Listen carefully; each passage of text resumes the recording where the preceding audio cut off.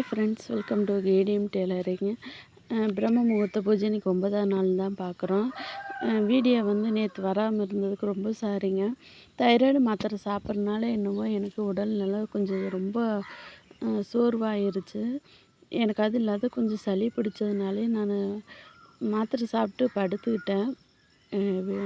நல்லா கண் அசந்து தூங்குனதுனால எந்திரிச்சு பார்த்தா மணி 6 ஆயிடுச்சு. சரின்னு விட்டுட்டேன். அப்புறம் நான் வாரம் வாரம் செவ்வாய்க்கிழமை முருகன் கோயிலுக்கு போயிட்டு வருவேங்க. இப்போ இந்த 1 மாதமா என்னால் கோயிலுக்கு பக்கமே போக முடியல. அப்படி ஒரு பூக்கடையில் தான் நான் சொல்லி வச்சுருக்கிறேன் தாமரை பூ வேணும்னு. அவங்ககிட்ட நான் வாரம் வாரம் ரெகுலராக முருகன் கோயிலுக்கு போயிட்டு வரையில நான் வாங்கிட்டு வந்து தாமரைப்பூ வாங்கிட்டு வந்து வீட்டில் வச்சு சாமி கும்பிடுவேன். இதுவரைக்கும் நான் இந்த மாதிரி வீடியோவில் சொல்லாமல் விட்டுட்டேன். ஆனால் இனிமேல் ரெகுலராக நான் சொல்கிறேங்க.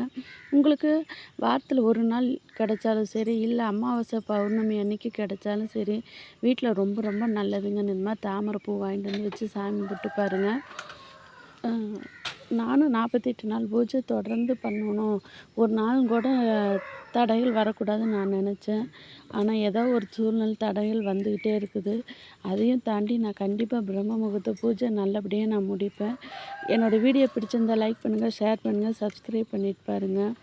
Thank you friends. நெக்ஸ்ட் வீடியோவில் பார்க்கலாம்.